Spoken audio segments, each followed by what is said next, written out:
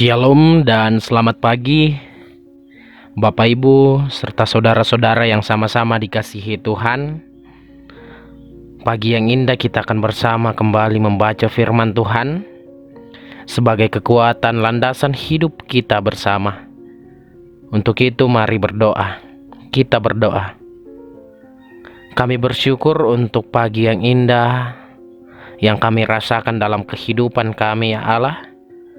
Kami bersyukur boleh dibangunkan dengan kekuatan yang baru, hari baru. Terima kasih ya Allah. Kami akan membaca merenungkan firman-Mu. Untuk itu kasihani kami, layakan kami, agar firman-Mu ini menegur kami, dan kami makin mendekatkan diri hanya kepadamu. Allah Bapa dalam kerajaan sorga, berfirmanlah, karena kami telah siap mendengarkan firman-Mu. Di dalam dan demi nama Yesus Kristus, itulah Tuhan dan Juru Selamat kami yang hidup. Amin. Bapak Ibu, saudara-saudari yang sama-sama dikasihi Tuhan, bacaan kita hari ini 1 Raja-Raja pasal 17 ayat 1 hingga ayatnya yang ke-6. 1 Raja-Raja pasal 17 ayat 1 hingga ayatnya yang ke-6. Elia di tepi sungai Kerit. Lalu berkatalah Elia orang Tisbe dari Tisbe Gilead kepada Ahab, demi Tuhan yang hidup, Allah Israel yang kulayani, sesungguhnya tidak akan ada embun atau hujan pada tahun-tahun ini, kecuali kalau kukatakan. Kemudian datanglah firman Tuhan kepadanya, pergilah dari sini, berjalanlah ke timur, dan bersembunyilah di tepi sungai Kerit, di sebelah timur sungai Yordan. Engkau dapat minum dari sungai itu, dan burung-burung gagak telah kuperintahkan untuk memberi makan engkau di sana. Lalu ia pergi dan melakukan seperti firman Tuhan. Ia pergi dan diam di tepi sungai Kerit, di sebelah timur sungai Yordan. Pada waktu pagi dan petang, burung-burung gagak membawa roti dan daging kepadanya, dan ia minum dari sungai itu. Amin, firman Tuhan. Bapak Ibu, saudara-saudara yang sama-sama dikasihi Tuhan, tema kita pada pagi yang indah ini, taat kepada Tuhan. Taat kepada Tuhan. Dalam bacaan kita melihat di situ ada seorang tokoh, yaitu Elia. Elia adalah nabi Tuhan yang melayani umat Israel pada zaman pemerintahan Raja Ahab. Raja Ahab dikenal sebagai raja yang jahat di mata Tuhan, lebih dari semua orang yang mendahuluinya. Ia menyembah Baal dan mendirikan mezbah serta kuil untuk Baal. Hal ini karena pengaruh Isabel, istrinya yang merupakan anak Raja Sidon. Dengan demikian, pelayanan Elia bukanlah pelayanan yang mudah. Ada banyak tantangan. Bapak Ibu serta saudara-saudara yang sama-sama dikasihi Tuhan, bacaan kita hari ini, di situ Elia disebutkan menyampaikan berita penghukuman dari Tuhan kepada Ahab, yaitu Israel tidak akan mendapatkan hujan selama beberapa tahun. Ahab tentu marah sekali mendengar hal ini dan berniat jahat kepada Elia. Untuk itu Allah melindungi Elia, dan Tuhan menyuruhnya untuk berjalan ke timur dan bersembunyi di tepi sungai Kerit seberang sungai Yordan. Perintah Tuhan ini disertai janji dan penyertaan dan pemenuhan kebutuhan Elia. Tuhan akan menyediakan makanan melalui burung-burung gagak. Inilah janji Tuhan itu. Bapak Ibu serta saudara-saudara yang sama-sama dikasihi Tuhan, jika kita berada di posisi Elia, bagaimanakah respon kita? Apakah kita mau menerima taat sama seperti Elia menerima taat, menerima perintah dari Allah, taat kepada Allah, yaitu Elia harus mengasingkan diri dan percaya akan janji pemenuhan kebutuhan dari Tuhan? Ataukah kita bertanya, dalam bacaan kita melihat bagaimana mungkin burung gagak bisa memberi kita makan, memberi Elia makan? Jika kita disuruh pergi ke daerah-daerah yang jauh untuk melihat saudara-saudari kita, tetapi di sana merupakan daerah yang sulit makanan, pertanyaan bagi kita, apakah kita mau untuk ke sana ataukah kita malah memilih untuk diam? Tentunya ini kembali dalam kehidupan kita.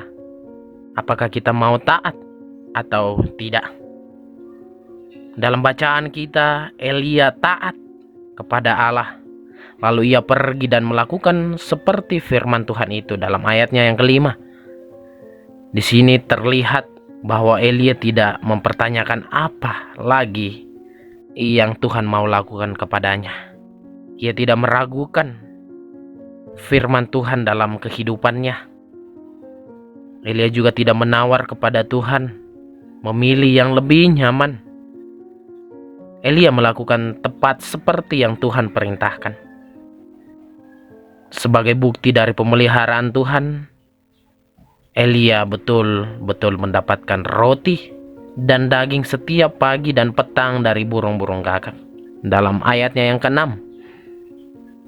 ini adalah bukti ketaatan Elia kepada Allah.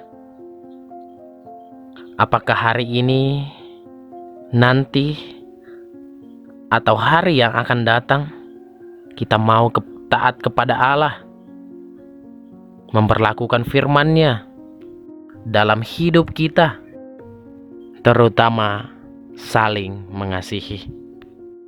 Allah sangat menganjurkan atau memerintahkan kita untuk saling mengasihi. Inilah hukum pertama dan terutama.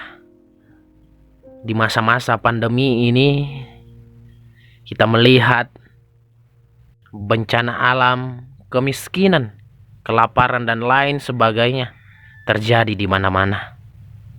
Hari ini melalui firman ini Tuhan mau berbicara kepada kita untuk melihat saudara-saudari kita di luar sana yang mengalami kelaparan, kemiskinan, dan lain sebagainya. Tuhan mau memakai kita menjadi saluran berkat untuk mereka semua, sehingga orang-orang terus melihat kasih dan penyertaan Allah dalam hidupnya melalui kita semua. Hal ini harus kita lakukan karena ini adalah perintah Allah. Untuk itu, mari kita taat kepada Allah sama seperti Kristus taat sampai mati, mengorbankan nyawanya di kayu salib.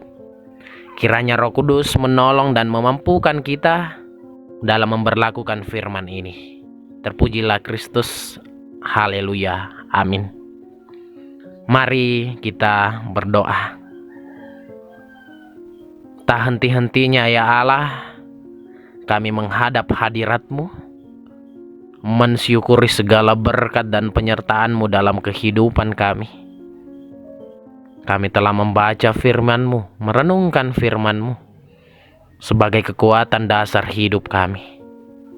Kami tak mampu untuk memberlakukan firman ini tanpa campur tangan Roh Kudus. Untuk itu kami mohon curahkan Roh Kudus-Mu atas kami, agar kami dapat memberlakukan firman ini.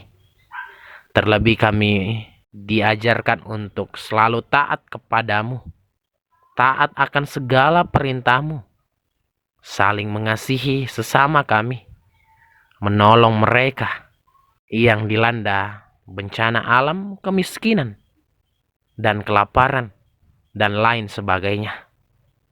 Allah Bapa dalam kerajaan sorga, terima kasih. Pada saat ini kami berdoa untuk jemaat Tuhan yang mengalami pergumulan, baik itu karena sakit, penyakit, atau ditinggal oleh orang yang mereka kasihi. Mari Tuhan berperkara dalam kehidupan mereka semua. Menguatkan mereka, memampukan mereka melewati segala pergumulan yang mereka hadapi. Yang ditinggal ya Tuhan, Tuhan beri penghiburan kepada mereka yang sakit. Tuhan jamah sakit penyakitnya. Tuhan kuatkan dari proses-proses pemulihan. Sehingga dari hari ke hari, ia terus melihat kasih dan penyertaan Tuhan dalam kehidupannya. Allah Bapa dalam kerajaan sorga, terima kasih. Kami juga berdoa untuk jemaat Tuhan, baik selaku Bapak dan Ibu, pemuda-pemudi, anak-anak sekolah minggu. Tuhan berkati mereka semua dalam tugas dan tanggung jawab masing-masing, dalam pekerjaan, dalam bangku kuliah, dalam bangku sekolah. Tuhan berkati mereka semua. Tuhan beri hikmat kekuatan, Tuhan beri kepandaian, sehingga dari hari ke hari jemaat Tuhan terus bersandar hanya kepadamu. Tuhan beri kesehatan kepada mereka semua. Allah Bapa dalam kerajaan sorga, terima kasih. Kami juga berdoa untuk para lansia, janda, duda, yatim piatu sesama kami yang dilanda kelaparan dan kemiskinan. Tuhan berkati, lindungi mereka semua dalam aktivitas mereka masing-masing, dalam segala keterbatasan mereka masing-masing. Terima kasih ya Allah. Kami akan melanjutkan aktivitas kami. Sebelum kami melanjutkan aktivitas kami mohon penyertaan Roh Kudus-Mu menaungi kami, agar kami dapat melewati hari ini dengan baik. Juga kami berdoa untuk pemerintah kami, bangsa dan negara kami, terkhusus Tanah Toraja ini. Tuhan berkati pemerintah mulai dari pusat hingga pelosok tanah air. Tuhan berkati mereka semua, sehingga dalam memerangi COVID, terus kasih Tuhan nyata dalam hidup mereka. Tuhan beri hikmat kesehatan kepada mereka. Terima kasih ya Allah. Inilah doa kami, ungkapan syukur kami. Sambut dan sempurnakan. Tetapi bukan kehendak kami yang menjadi, melainkan kehendak Bapa di sorga yang terjadi. Di dalam dan demi anak-Mu Yesus Kristus. Itulah Tuhan dan Juru Selamat kami yang hidup. Amin. Demikianlah renungan harian Toraya pada pagi yang indah ini. Kembali lagi dari Bukit Sion, saya kembali menyapa Bapak Ibu. Shalom dan selamat pagi. Selamat beraktivitas. Salam sehat dan Tuhan Yesus memberkati kita semua. Amin.